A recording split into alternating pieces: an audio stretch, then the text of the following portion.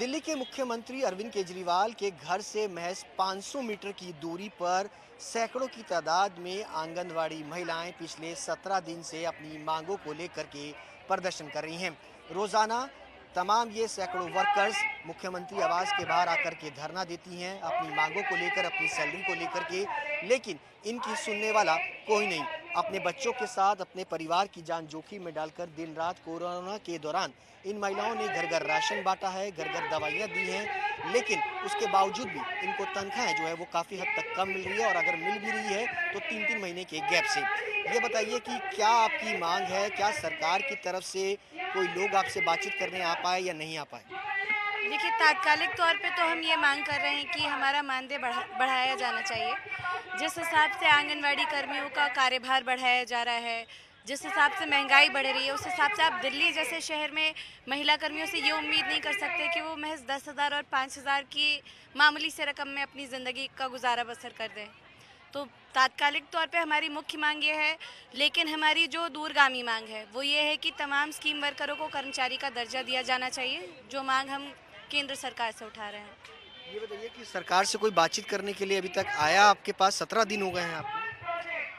हमारे पास दिल्ली सरकार के महिला एवं बाल विकास विभाग से एक ईमेल प्राप्त हुआ है।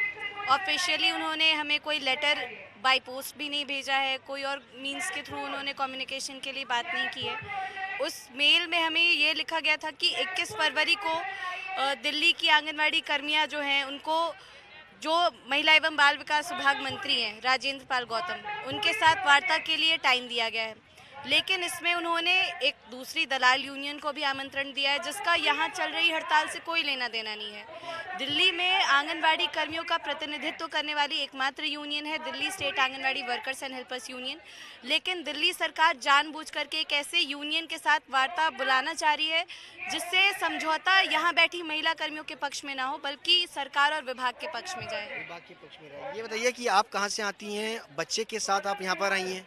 मैं यमुना पार से आती हूँ, झोरीपुर से, और मुझे इसको लेके ही आना पड़ता है क्योंकि मेरे घर पे कोई है नहीं बच्चों को रखने वाला। एक ये और एक मेरी 3-4 साल की लड़की है, वो भी मेरे साथ ही आई है। दोनों बच्चों को लेके आती हूँ मैं। और एक बात और कहने तो कि हमारी जो सुपरवाइज़र और CDPO है वो हमारे साथ भी बहुत गलत तरीके से व्यवहार करती है। एक तो सैलरी कम आती है, वो भी कई महीने में आती है। अगर हम उनसे यही पूछते हैं कि सैलरी मैडम सैलरी नहीं आई अभी तक, तो वो कहती है कि मुझसे मत पूछा करो सैलरी का। कितना मुश्किल होता है घर चलाना?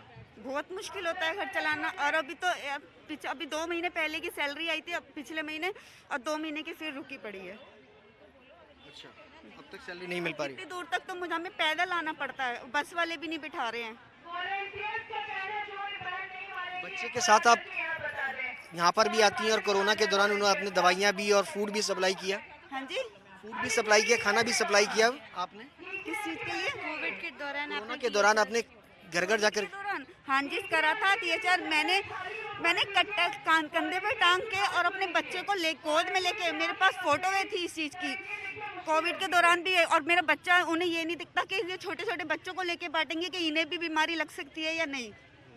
चलिए, तमाम महिलाएं, आपकी क्या परेशानी है, कितनी मुश्किल हो जाती है? बहुत मुश्किल हो जाती है, घर का भी करना, अपना टाइम से आंगनवाड़ी भी पहुंचना, और ऊपर से मेरे पेरेंट्स की तो कंडीशन इतनी क्रिटिकल है कि वो मैं ही जानती हूँ। और 9,000 5,000 में होता ही क्या है? ये तो दिल्ली सरकार और स्टेट गवर्नमेंट और क्या कहते हैं उसको सोचना चाहिए कि हमारा मानदेय अपने हिसाब से 20 या 25,000 कोई ज़्यादा थोड़ी डिमांड है, क्योंकि आज के महंगाई के भत्ते के हिसाब से हमारा मानदेय इतना होना चाहिए जिससे कि हमारा घर का खर्चा चल सके।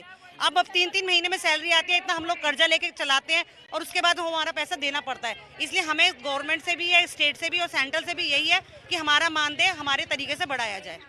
अभी तक दिल्ली के मुख्यमंत्री या सरकार की तरफ से कोई नेता आपसे आकर के मिला, कोई विधायक ने आपसे मुलाकात करी या नहीं करी? नहीं की है, किसी ने नहीं की है।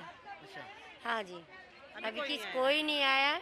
अभी वही ऐसे ही झांसा दे रहे हैं, इग्नोर कर रहे हैं सब लोग कि ये ऐसे हैं, लेडीजें चली जाएंगी, इनको क्या है, इनको कोई परेशानी नहीं। लेकिन हमें बहुत परेशानी होती है, घर से निकलना भी कई किलोमीटर तो हमें पैदल चलना पड़ता है, आंगनवाड़ी संभालनी पड़ती है। लेकिन क्या करें, हमें इन लोगों ने मजबूर कर दिया रोड पे लाने के लिए, क्यों ये हमारा मानदेय नहीं बढ़ा रहे। ये बताओ 9,000 में और 5,000 में होता क्या है ऐसी महंगाई में?